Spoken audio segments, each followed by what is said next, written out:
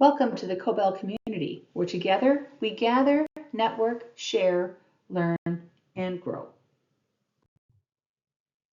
The Cobell community invites you to delve into Cobell SKILLS, a resource series for scholars, alumni, reviewers, leaders, and friends of Cobell.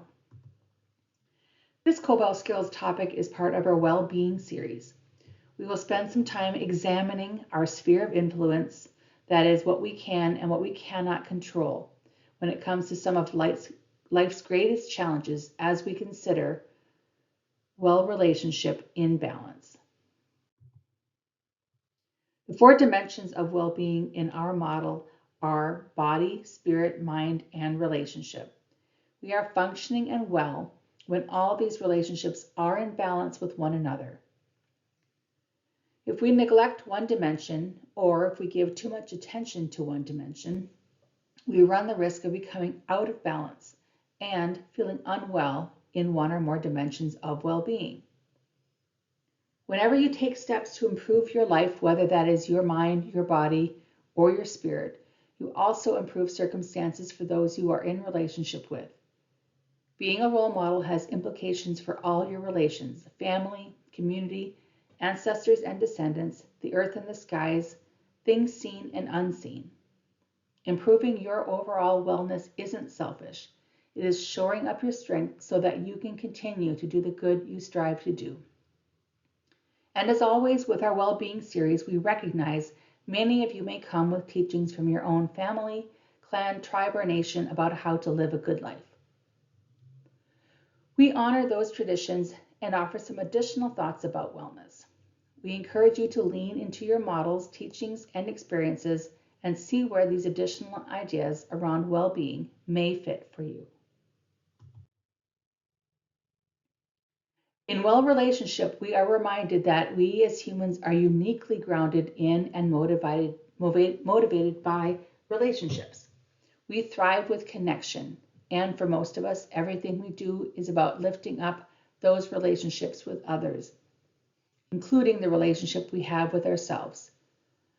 Remember that you are valuable and worthy, and you must first maintain a balanced relationship with yourself in order to be in well relationship with others. We may face high levels of stress for many reasons. It could be school or work stress, issues with our friends and families, finances, just adulting. One of the ways we feel like we can manage these stressors is to be in control of them. And some of these things we can control or at least influence, but some we simply cannot control, and we have to be able to delineate which is which. When we try to control that which is outside of our control, it only adds additional stress to the underlying issue. To control something means that you have a direct responsibility for the actions or outcome of something or someone.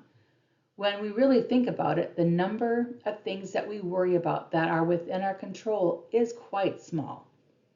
We can control our effort or our attitude. These are things that no one else can make us do or be, but that is entirely within our control about how much we try or how kind we are. There are more things that we may feel stress over that while we may have influence, we may not have ultimate responsibility for the outcome. For example, if you wish for people to think you are a good person, you might behave in ways that are kind, but you ultimately cannot control how someone else feels about you. And then there are things that are decidedly outside of our control. You may worry about the weather, but you have absolutely no control over whether the sun shines or the rain falls. What this means is that there's a good deal of our worry that we can put aside and put our actual energy into what we have control over. Easier said than done? Let's look at this even closer.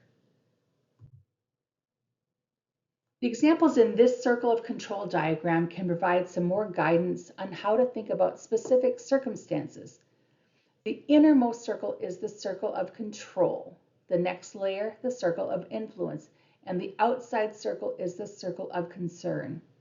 What is also different in this model is that everything beyond the circles is labeled no concern. Notable in this model is the idea that there may be circumstances in this circle of control which we are tempted to have thoughts or worries about, but the reality is we need to give them no energy. Being able to let go of no concerns and the circle of concern allows you to focus on those things which you are actually responsible for. So how do we actually manage what is in the circle of control? First, we have to focus on manageable action. That is, what is possible to do. These are actions that have direct impact on the circumstances. In addition to these concrete actions, we can shift the ways we think about events and circumstances to be able to have the right attitude or mindset and to be able to be resilient in the face of what we cannot control. Let's use a scenario. Imagine you're a college student who is struggling in the class Underwater Basket Weaving 101. This is a class you must successfully complete this term because your upper level major classes, which you're taking next term, have it as a prerequisite. The class is held in a large lecture hall. The professor has TAs teaching most of the time. The amount of content feels overwhelming, and the pace of the instruction makes it hard to keep up with note-taking, let alone comprehending the content from lecture. Given this situation, what can we control, what can we influence, and what is beyond our control? What do you think? As we look at this grid, we can see that at first it looks like we have very little control over anything in this situation. We can't change the requirement, the location, the instructors, or the quantity and pace of the content. However, it's possible that we could have some influence in talking with the TAs about the quantity and pacing. What we can control is asking them for assistance. You can typically also control where you sit in a lecture hall to try to sit near the front. Examine your course sequencing and talk to your advisor. Is this indeed the right class? How could your advisor help you? Additional actions within your control could include creating a study group. Give the content of your study more time. Look for additional resources to supplement the content, such as summaries or videos. Visit the tutoring center, go to office hours, audio record the lectures, and adopt a positive belief about your ability to do this course. When you examine what you can do and focus less on what you cannot control, it can help to relieve some stress. You might use a tool like the grid above to determine what's in your control. And then you can take action, focusing most of your energy on the inner circle. For the middle circle, take intentional positive steps without stressing over the outcome. And you can let go. That's the outer circle, where you can practice accepting or ignoring things that you cannot control in order to reduce your stress. You can also make daily lists or morning journaling to identify what thoughts are weighing on you.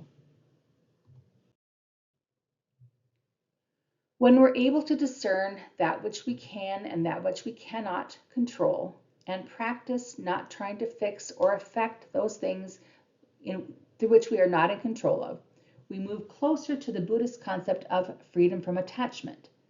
This will allow us to experience less stress and more peace. Do you have cultural, familial, or personal beliefs or practices that align with these principles? Another way to look at this is considering the idea of should. We tell ourselves all the time, I should call so-and-so, or I should go for a run. How do we begin to remove the shoulding? Begin by identifying and eliminating the internalized I should statements that create anxiety and pressure. Ask yourself, what would happen if I did not? What would happen if I did? Decide to do or to not do. We can move then from obligation to inspiration by shifting our mindset and attitude. Instead of doing tasks out of duty, mindfully engage with a genuine desire in authenticity. Ultimately, the goal is to create a life that feels lighter, more joyful, and true to yourself. When you feel less stress, life is more in balance and you are able to give more in other dimensions of your well-being. You can use this grid to help identify your level of control in any situation. Once you have completed this, you can then ask yourself, which of these factors can you control and are you actually willing and able to do, not what you think you should. This will help your next steps to become more clear. Print and keep these circle of control diagrams for reference. Remember to let go of those things beyond your control. For more information, have a look at these resources. Be sure to check out our other skills resources in your Cobell community. And don't forget to connect with us on your favorite social media platforms. See you again soon.